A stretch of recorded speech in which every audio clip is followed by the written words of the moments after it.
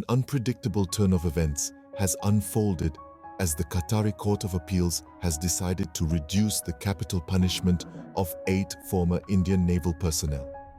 This decision is nothing short of a lifeline for these men and their families, and a sigh of relief for the government that has been working tirelessly behind the scenes for this very outcome. The journey to this point has been a long one. The detailed judgment, although still awaited more than 24 hours after the pronouncement, has upheld the conviction.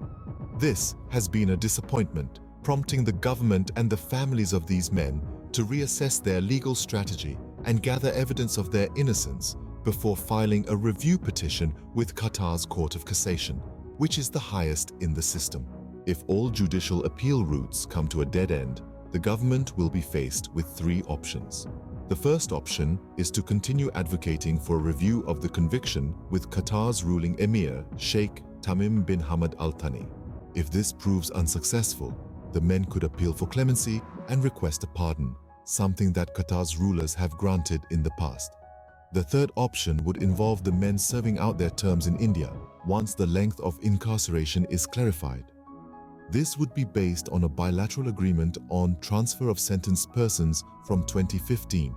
However, this would require the men to accept that the conviction cannot be reversed.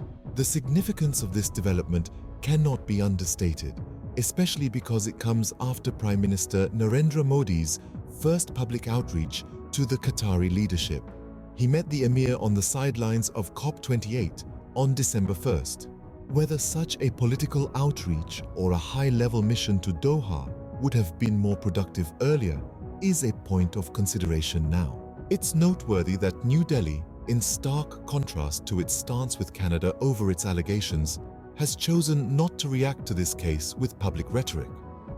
Any such targeting of Doha, as seen in some sections of the media, would have been counterproductive.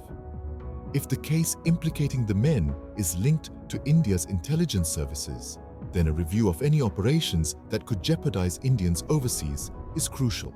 New Delhi has also skillfully managed not to let this case become a pawn in the escalating tensions in the region, particularly the ongoing bombardment of Gaza by Israel. The hope is that a consistently calibrated position, mindful of Qatar's sensitivities, and paired with a quiet yet determined push, will bring the 8 Indians back home safely.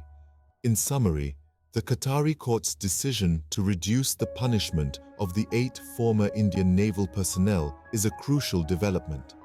The government has 3 options to consider if all judicial appeals are exhausted. The situation is significant given the recent outreach by Prime Minister Modi to the Qatari leadership.